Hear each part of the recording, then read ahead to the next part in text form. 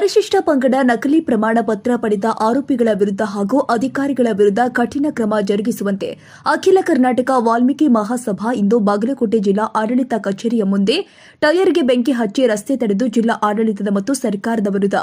ಘೋಷಣೆ ಕೂಗಿ ಅಧಿಕಾರಿಗಳನ್ನ ಮುಂಬಡ್ತಿ ಹೊಂದಿದ ಅಧಿಕಾರಿಗಳನ್ನ ಶೀಘ್ರವೇ ವಜಾಗೊಳಿಸುವ ತನಕ ಬಾಗಲಕೋಟೆ ಜಿಲ್ಲಾ ಆಡಳಿತದ ಎದುರಿಗೆ ಅನಿರ್ದಿಷ್ಟಾವಧಿ ಹೋರಾಟವನ್ನ ಹಗಲು ಮತ್ತು ರಾತ್ರಿ ಪ್ರತಿಭಟನೆಯನ್ನ ಕೈಗೊಂಡಿದೆ। ಈ ಸಂದರ್ಭದಲ್ಲಿ ವಾಲ್ಮೀಕಿ ಸಮಾಜದ ಪ್ರಮುಖರು ಮತ್ತು ಜಿಲ್ಲಾಧ್ಯಕ್ಷರು ಆಗಿರುವಂತಹ ದ್ಯಾಮಣ್ಣ ಗಾಳಿ ಮಾತನಾಡಿ ಜಿಲ್ಲಾಧಿಕಾರಿಗಳಿಗೆ ಖಡಕ್ ಸಂದೇಶವನ್ನು ರವಾನಿಸಿದ್ದಾರೆ ಹಾಗೂ ವಾಲ್ಮೀಕಿ ಸಮಾಜದ ಗಣ್ಯ ವ್ಯಕ್ತಿಗಳು ಭಾರತೀಯ ಜನತಾ ಪಾರ್ಟಿ ಜಿಲ್ಲಾ ಪ್ರಧಾನ ಕಾರ್ಯದರ್ಶಿಗಳು ಆದ ರಾಜು ವಿ ನಾಯ್ಕರ್ ಅವರು ಕೂಡ ಮಾತನಾಡಿ ಹಲವು ಬಾರಿ ಜಿಲ್ಲಾಧಿಕಾರಿಗಳಿಗೆ ಮತ್ತು ಪೊಲೀಸ್ ಇಲಾಖೆಗೆ ಜಿಲ್ಲೆಯಲ್ಲಿ 5,000ಕ್ಕೂ ಹೆಚ್ಚು ನಕಲಿ ಜಾತಿ ಪ್ರಮಾಣ ಪತ್ರಗಳಿಂದ ಸರ್ಕಾರಿ ಹುದ್ದೆಯಲ್ಲಿ ಅಧಿಕಾರಿಗಳು ಮುಂಬಡ್ತಿ ಹೊಂದಿದ ಅಧಿಕಾರಿಗಳ ಬಗ್ಗೆ ತಿಳಿಸಿದ್ರು,